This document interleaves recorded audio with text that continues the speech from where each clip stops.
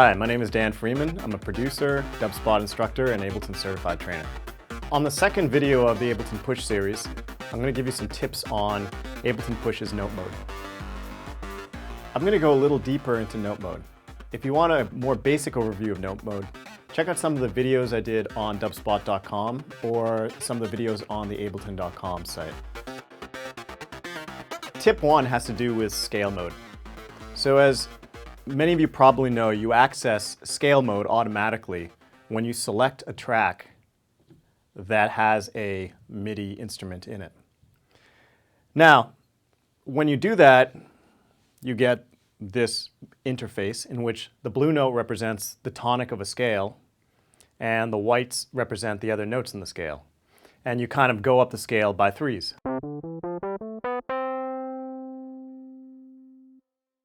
Now, you access the scales by using the scale button right here. Press it down, and you'll see the list of scales on the left of the display. And then these green buttons allow you to pick a different key of the scale. So again, that's pretty basic, but there's a couple things that you can do in scale mode which aren't kind of as apparent. The first is right here on the upper right, this display where the display says in key. Now you can press the lower orange button and it will go to Chromatic Mode. And Chromatic Mode is something that I personally like to use because it gives you access to the notes that are outside of the scale. So the notes now in the scale are white or blue representing the tonics, and the ones outside the scale are not lit. Now, you also have access right here to something called fixed. So what fixed is going to do is, if fixed says yes, the bottom note, so on the lower left of the interface, is always going to be a C, no matter what key you press. So if I say no, then the bottom note here on the lower left-hand corner will always be the tonic of whatever scale you press. So for example, I press D minor, and this becomes a D, E, etc. So within scale mode, there are kind of a couple deeper functions that allow you to actually even change up the interface of the Push's Note Mode. And the way you access them is by holding down Shift while the scale mode is here. And when you do that, the display is going to give you a couple options for a scale layout. So the default is in fourths, meaning that every note going up is a perfect fourth above. But you can also change it to fourths to the side. And what fourths to the side will do is that every note going to the right is going to be a perfect fourth up. Now, you also have the option of doing thirds up. And so thirds up means that the notes above are going to be in thirds. And this, this can be nice for if you're doing chordal type stuff.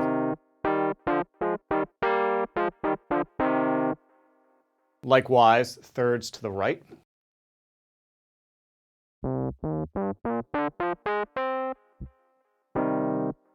You can kind of come up with chords in that way too.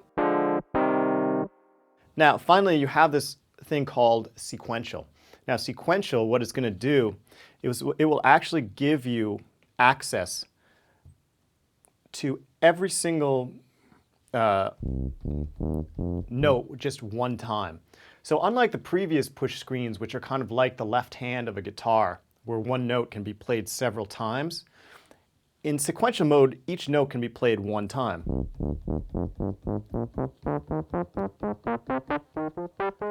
Etc. So what this sequential mode does is it actually gives you access to a lot more notes. So as you can hear, I can go up octaves really quickly. Like that. And you also have the option here of sequential mode to the side, in which, basically you can kind of quickly go up octaves by moving to the right. Tip 2 just has to do with playing chords in Note Mode. And the tip here is that you can quickly generate chords in the Ableton Push by using kind of the shape of a triangle. So that means 2 notes over and 1 up. So starting here on the tonic.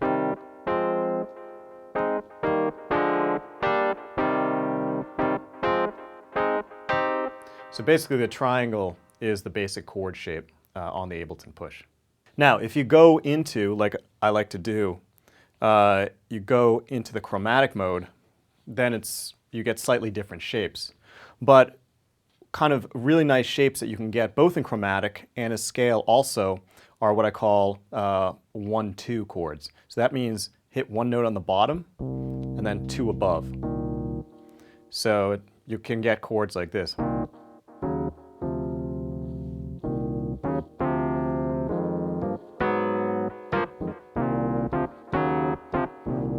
Like that. And you know, if these chords basically have what's known as tenths on top.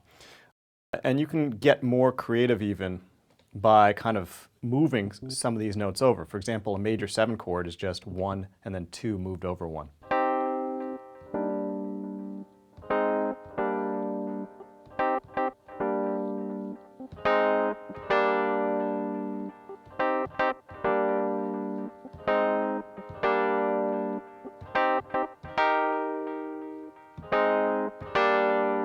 So one thing I use to record chord progressions quickly is basically this button here, which is fixed length. So I hold down fixed length, I select what I want the length to be, in this case 2 bars. And what's cool about that is that it's automatically just going to record 2 bars. When I hit record, 2 bars and then stop. So I'll kind of play a drum beat that I have in here and then kind of jam.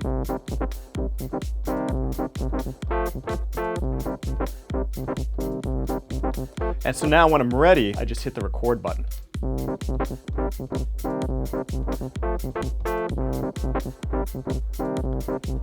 Now I can quantize this by just hitting a quantize button right here.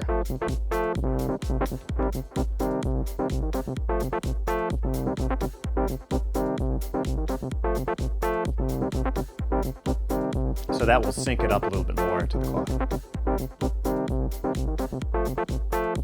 Tip 3 is how to program the Ableton Push's note step sequencer. So what you want to do is you want to hit note once again, and you're going to get a view that looks like this. Now, what you're seeing here is that the blue notes represent the tonic, just like in the other view. These notes here, which are kind of a light white color, represent the notes in the scale. And then up here, each one of these buttons represents half a bar. Now, I can kind of quickly go octave up or octave down by either hitting the octave up or octave down button on the right, or I can slide using the slider here. So I'm just going to play it, the beat that I have, and I'm going to quickly kind of start programming notes. Just right here in this first half bar. Okay, so now once I've programmed half a bar, I can hit double this button here on the left, and then double tap to add a variation. So now I can play them together by holding down this button, the first button to the left, and then pressing the second one.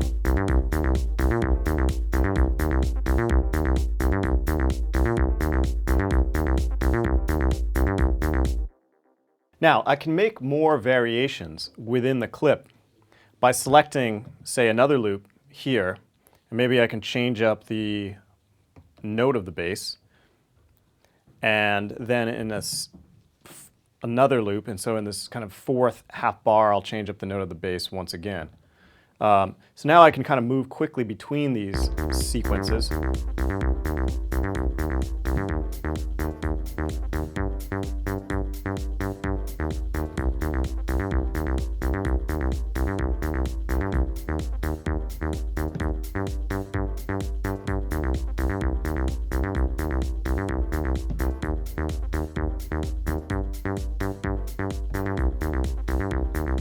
So you can kind of get, again, just variation just by having different sequences here. And this is really great for live performance because you can have, a couple different sequences programmed and just kind of bounce between them.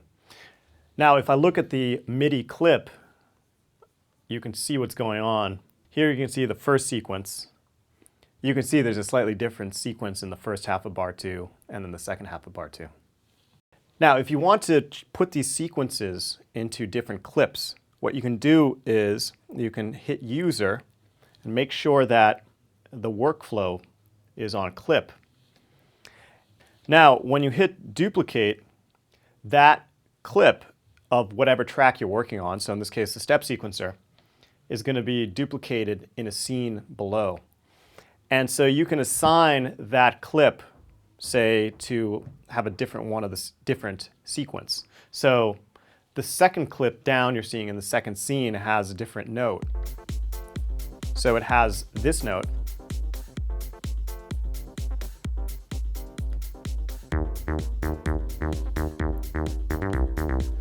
And I can quickly go between the clips by using the arrow keys.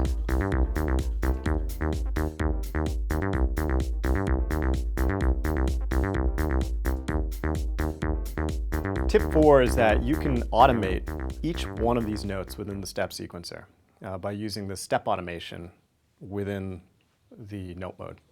So the way you do that is you hold down whatever note you want to automate. And when you do that, a screen will appear in the display. And you'll have two options. The first is notes. Now with notes, I can kind of change the length. I can change the velocity of the note. I can nudge it a little bit. And if we look at the MIDI clip,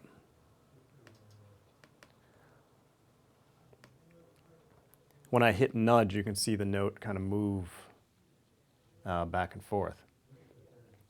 Now, if I hit automation, what I can do is I'm going to automate parameters in device. So I'm going to hit the device button, and I have a couple parameters that I've mapped, like the resonance and the cutoff of the filter. So on this note that I'm holding, which is the third note, I'm going to kind of change the cutoff.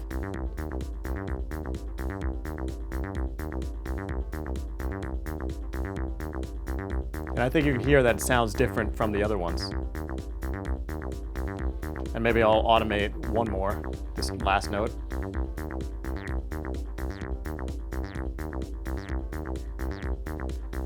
And you can hear that it sounds different from the others.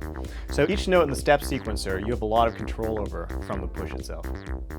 Tip 5 is that you can use the repeat function on the push to get kind of a really funky sound. And so what you want to do is you want to hit repeat, and then you'll see the quantizations come up here. So I'm going to pick 16ths. And what you can do is once it's on the repeat function, it's going to be repeating on those notes. So you can, in a sense, never go out of time.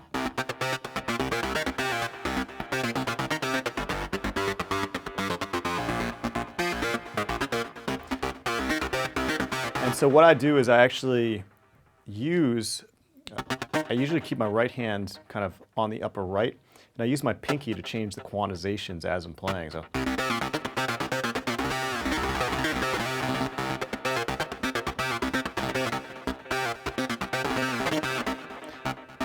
So you can see I'm changing between the 32nd notes.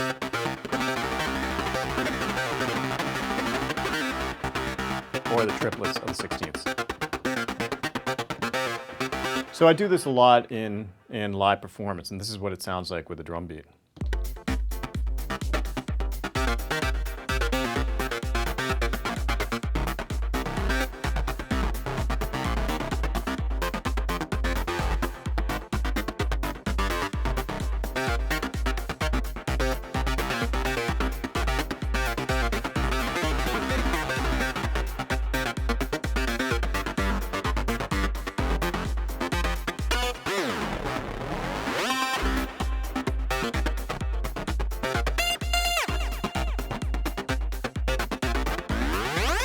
So if you're interested in learning more about Push, check out our courses in New York and LA, where Push is now part of every student workstation.